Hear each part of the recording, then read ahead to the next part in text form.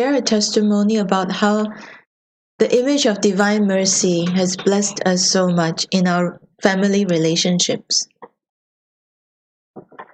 Well, all of us are broken in one way or the other. None of us are perfect. And scripture says, this is from 2000 years ago, right? Scripture says, all of us have fallen short of glory. And none of us are perfect in any way, except our Blessed Mother and Jesus and our God in heaven. And yet, we walk around as if we know everything. Every single time that I have a problem, it is because of myself. My own inadequacies, my own anxieties. And when I try to take things into my own hand, thinking that I've already surrendered it to God, that's when problem starts.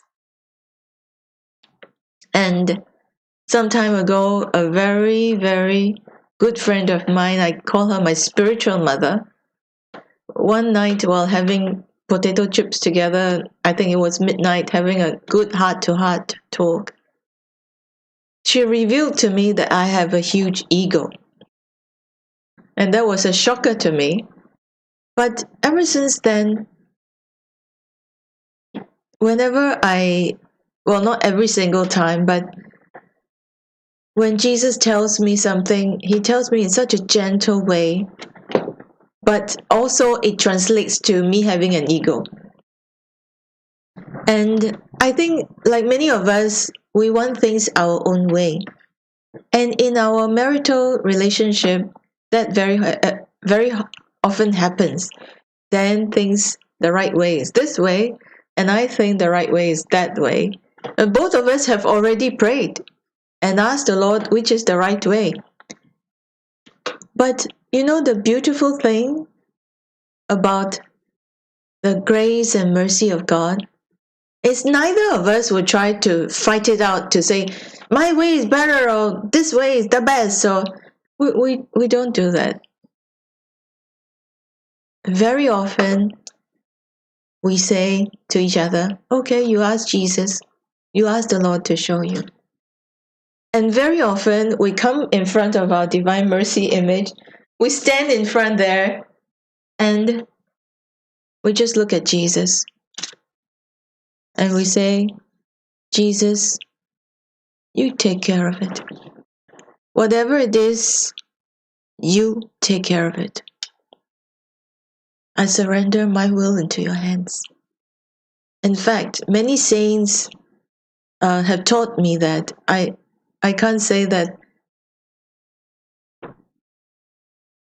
this is my own teaching. Or Saint Maximilian Kolbe wrote a big W and a small w. He always taught this to his seminarians. The big W represents God's will, and the small w represents our will. And what he did with the chalk, crossed out the small w. Only God's will, nothing more. And St. Faustina does the same thing. If you look through the diary, there's so many notes talking about dying to self, God's will. And every time we stand there and say, Lord, you take care of it, you take care of him, you talk to him. More often than not, Jesus tells me something else. Half the time he tells me my husband is right. And half the time he tells my husband that I'm right. So Jesus becomes the third person in our marriage. In fact, I have my engagement ring. It has 2 small diamonds, which represents Dan and me, and a big diamond in the middle, which represents God. God is the glue that binds us in this union. Without God, we cannot survive. as a married couple. We're just two individuals with different likes and dislikes, with our own egos, our past, our baggage. But with God, God becomes the glue.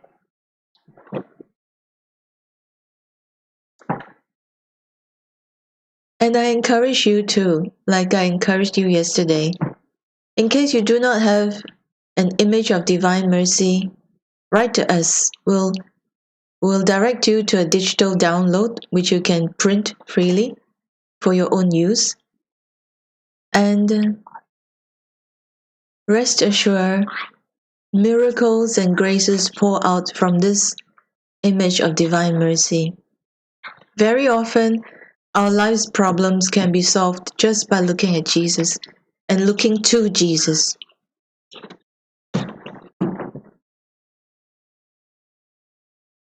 And Jesus is so, so gentle. He tells us in the most softest of voice in our heart. Thank you very much, brothers and sisters. And today I also like to thank my two tech people, my husband, Dan, who is in charge of all the comments, and our 7-year-old son, who has been beautiful in putting all the slides properly in the right order. And Emmanuel today told me, Daddy, sit by me and learn from me how to move the slides and how to operate the system. And halfway through, he's asking me, are you learning anything? In fact, just before 3 o'clock, he said, I could see him whispering to Dan, watch me very carefully, Daddy. How tables can turn around. And we do learn from each other. So may the Lord bless you and keep you safe. May the Lord shine his face upon you. May he give you peace. May he bless you with good health and assure you of his providence. Until we meet you again tomorrow, dear friends, keep safe and be well. And if it is your first time here, if you don't mind, please like, share, and subscribe. And it is not so much that we want more numbers, but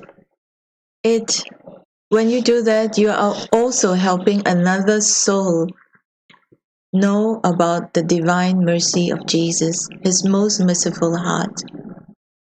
So God bless you and see you again tomorrow.